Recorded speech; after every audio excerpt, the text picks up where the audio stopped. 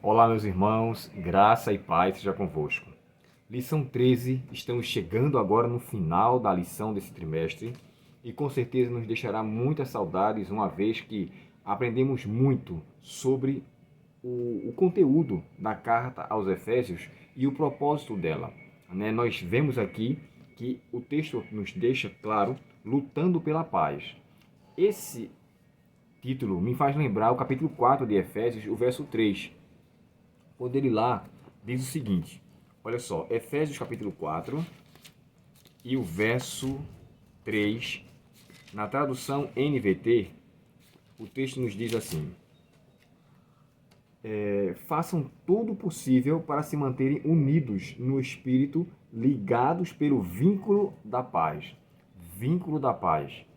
Esse vínculo demonstra-se primeiro um vínculo entre os seres humanos e Deus e automaticamente um vínculo que deve ter entre as pessoas e o próximo.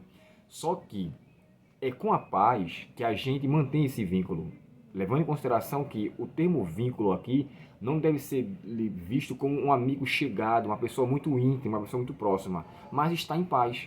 E com a pessoa você não tem nada contra ela.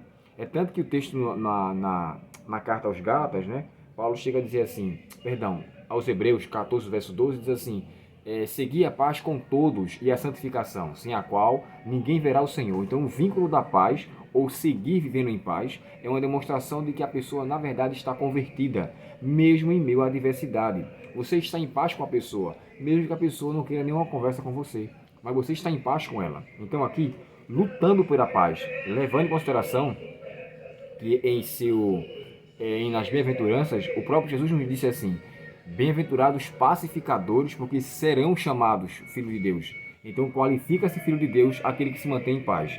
E o verso para memorizar aqui, irmãos, nos deixa uma advertência fantástica.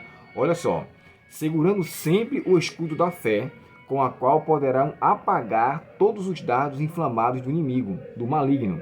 Use também o capacete da salvação e a espada do Espírito, que é a palavra de Deus. Esses elementos aqui, tanto quanto escudo, espada e capacete, serão destrinchados no decorrer da semana. Eu não vou me demorar aqui, mas eu vou me pegar mais a expressão dos dardos inflamados. Esses dardos, irmãos, eram como se fosse uma flecha, né? E na ponta da sua flecha tinha um pano grosseiro, uma estopa, que provavelmente era embebido, né, em alguma substância inflamável, provavelmente um azeite, uma vez que o azeite era utilizado para deixar as lâmpadas acesas. Lembre-se da parábola das virgens? Não tinha azeite em suas lâmpadas? Então é provável que aqui seja algo parecido. Porém, isso aqui é simbólico, não é literal. Paulo, embora use elementos de guerra, o que eu quero deixar claro aqui é que Paulo está deixando a ênfase é que esses dardos inflamados do inimigo, do qual o escudo protege, é aquilo que é atingido, e aqui a língua nos faz lembrar, essa expressão nos faz lembrar a língua de Tiago, pois a língua é um fogo que incendeia. Aqui a luta contra as ciladas do inimigo é através da falsidade, da mentira, da hipocrisia, tudo aquilo que nós podemos ser enganados e que não é de fato a verdade, pelo qual o inimigo tenta ludibriar os filhos de Deus. Então ele pede que o escudo, que é o que protege uma boa parte do corpo, e o escudo aqui, na verdade, tinha esse propósito de proteger o corpo praticamente por completo, não aquele escudo redondo só, mas um escudo que, na verdade, ele protege. Então, esse escudo é aplicado com a fé. A fé é o escudo que protege a pessoa, na verdade, dos dados inflamados do inimigo. Levando em consideração, irmãos, que essa roupa, essa armadura, é uma armadura que Deus concede, bem diferente daquilo que o ser humano procura ter. Em outras palavras, quando o Adão pecou, ele colocou aventais, ou algum tipo de cinta, ou de uma espécie de roupa que ele criou, folhas de figueira, que na verdade não auxiliou a ser protegido do frio ou do sol, porque depois do pecado as coisas começaram a intensificar. Aí agora Deus faz para eles, de acordo com o capítulo 3 de Gênesis, e especificamente aqui no verso 21, diz o texto que ele fez vestimentas ou túnicas, e essa vestimenta cobriu o corpo por completo. Então o que o homem procura se proteger é com aquilo que na verdade não tem nenhum tipo de substância sólida, Mas quando Deus entra na situação e ele intervém, aí sim, a situação é bem diferente. A armadura aqui, irmãos, é uma armadura de Deus. A vestimenta aqui, de Gênesis 3:20, é uma que Deus fornece, bem diferente daquilo que ele tinha colocado para si próprio. Então eu entendo aqui que diante dessa armadura divina, essa é a única maneira por completo de proteger os filhos de Deus. O autor da lição menciona um autor chamado John Bunyan, onde ele escreveu na prisão, né, o livro chamado, ou também depois houve um filme, né, O Peregrino.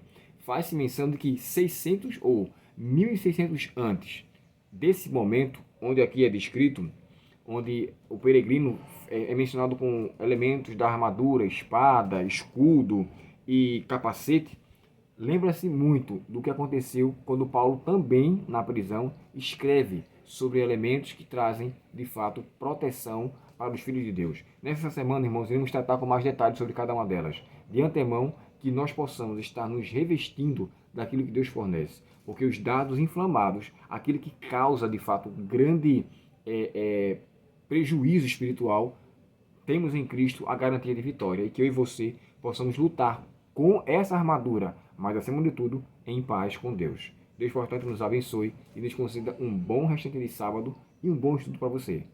Vamos então fazer agora a nossa oração final.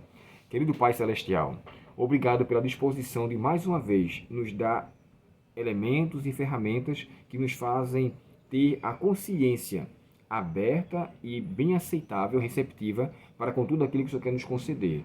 Que nós possamos, ó Deus, nos revestir da armadura do Senhor e estarmos, de fato, dispostos a destruir os dardos inflamados do inimigo.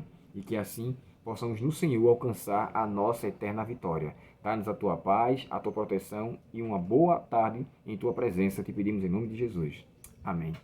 Deus abençoe você, irmãos. Se inscreva em nosso canal, curta nossos vídeos. Por favor, quando você assistir, já dê logo o seu joinha, curta lá, porque sempre o número de visualização é bem maior do que o número de curtidas. Se você puder fazer isso, não vai lhe custar nada e vai nos auxiliar aqui no canal a alcançarmos um objetivo maior na causa de Deus. Deus abençoe você e um ótimo final de semana.